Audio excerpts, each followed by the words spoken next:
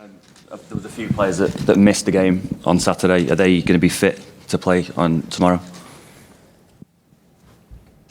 Yeah, I think so. Yeah, all of them. Yeah, we were all training yesterday. No one missed training, so 24 players. So we got plus keepers. So Granty is still not fit. Maybe we won't risk Luke. We're not sure. But Rom, Vic, Eric, that missed the game. They're fit. Luke's not serious. It's not a serious. No. He's trained yesterday. So, but we might not risk him tomorrow. Ole, the fact that Man U and Leeds haven't played a lot recently, does that do anything to the rivalry between the clubs? Does it add to it, detract to it from it? The more you play against each other, the probably more the rivalry will flare up again. And of course, you want to have games against the biggest clubs. And if we see Leeds back up in the Premier League one day, I'm sure you can see the size of the game. Because as Andy asked, it's a great occasion for both sets of supporters and the players as well, because there were some fantastic games. There's a lot of fans from both clubs in town.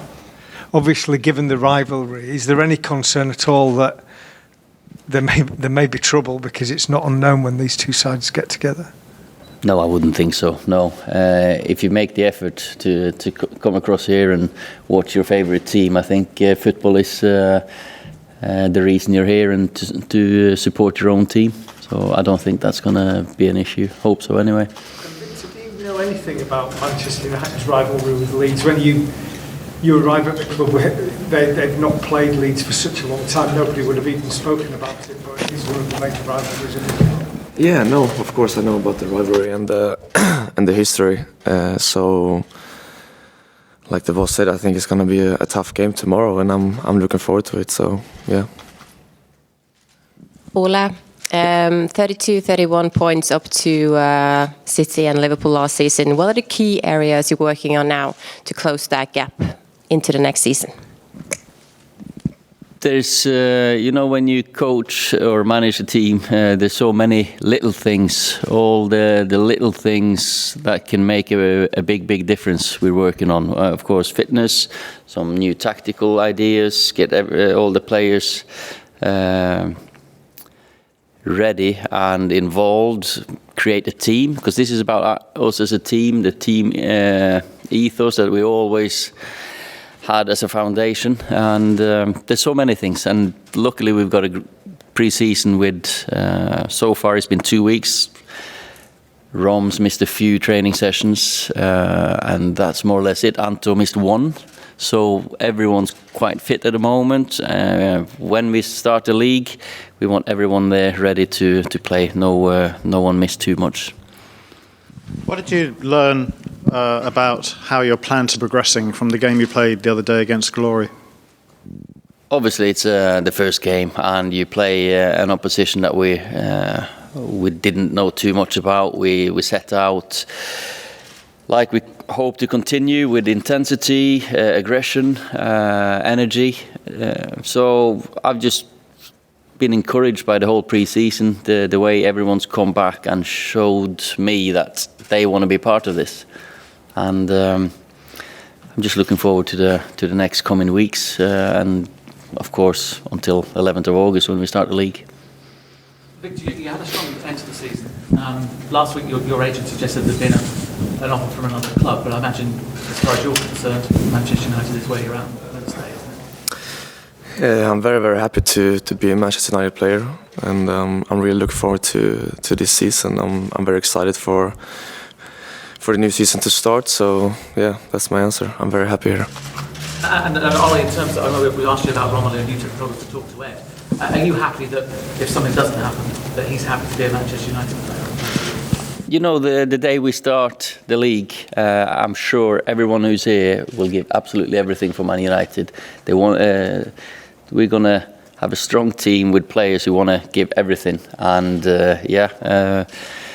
there's always rumours, speculations about Man United players, but when the league starts, we batten the hatches down and we stick together as a team. A question to both of you. Some of the local Australian rules football clubs have expressed concerns about the Optus Stadium surface and possible contribution to injury because of the hardness of it. Did you guys find it particularly hard at all on the weekend? I didn't play, Victor didn't play, but the lads didn't really mention anything, so I thought they slipped a couple of times, but that's I don't think there's any concern, no. No one came off and expressed a particular feeling about the surface and what it was like compared to other surfaces? I don't think so. What about playing inside such a big oval? Do the players have to sort of focus in a different way with the pitch stuck in the middle?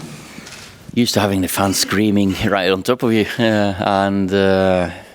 but it was a fantastic stadium, the size of it and the show, and the fans were amazing. The noise was still there. But we're used to playing with fans a little bit closer. But it is what it is. When we come here, I think they did a very good job of making it comfortable for the players.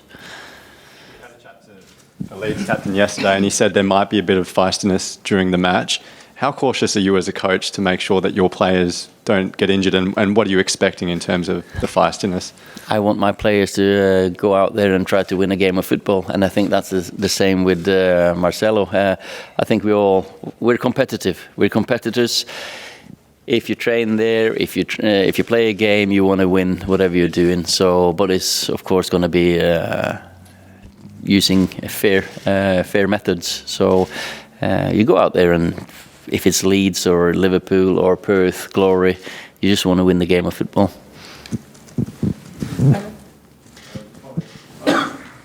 Yeah. Just wondering if Darwin and Brett might be in the group. There's a lot of talk about Matteo in particular. Does he have a future at the club? They will, after they've been given some leave, they'll come to Singapore. So. We expect both Dean, Fred and Matteo to join us there. Yeah. You played.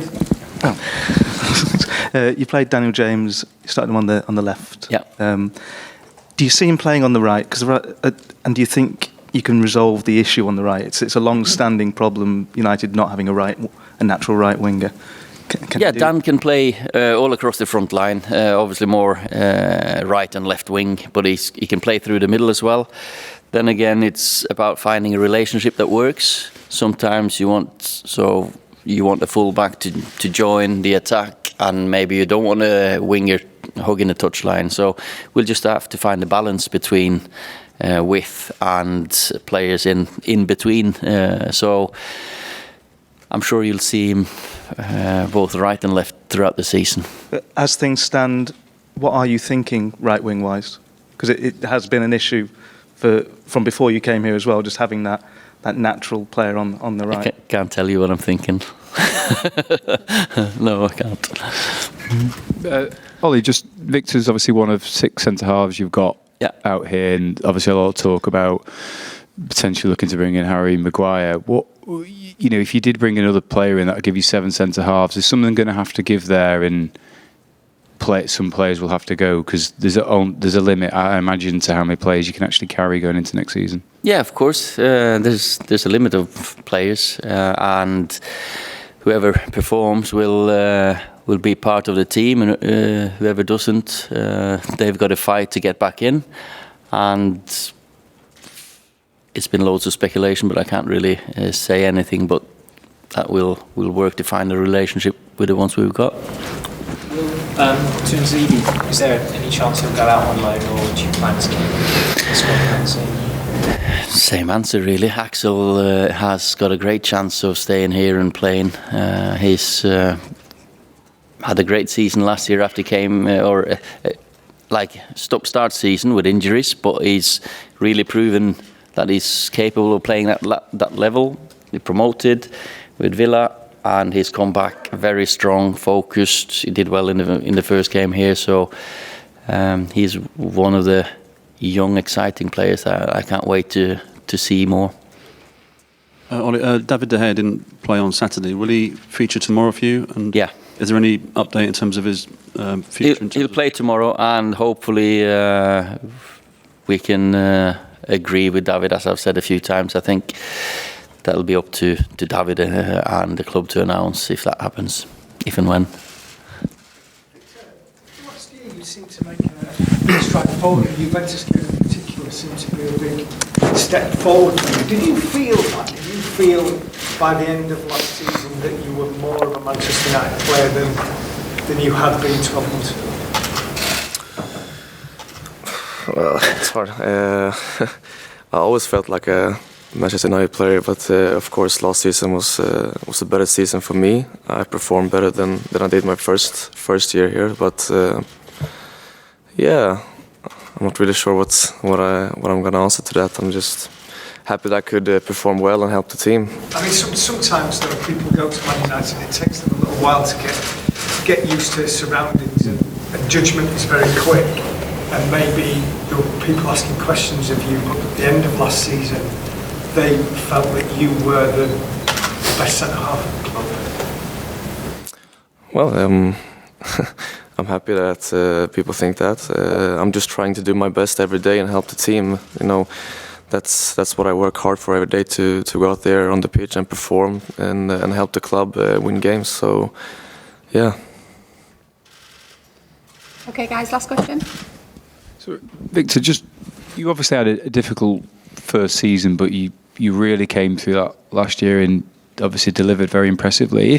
If players come in and they have a difficult time adjusting and settling, are you well placed now to be able to talk to them and help sort of guide them through that situation?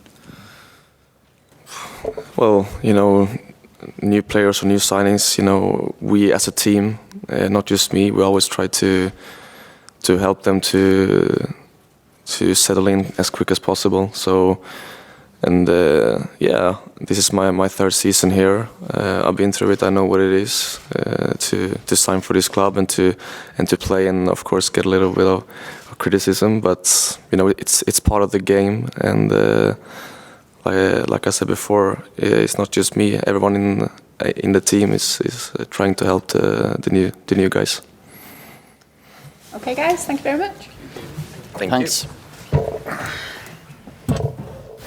Did you think Dean Henderson's coming out here? As it stood yesterday, he was, so the time difference is quite hard.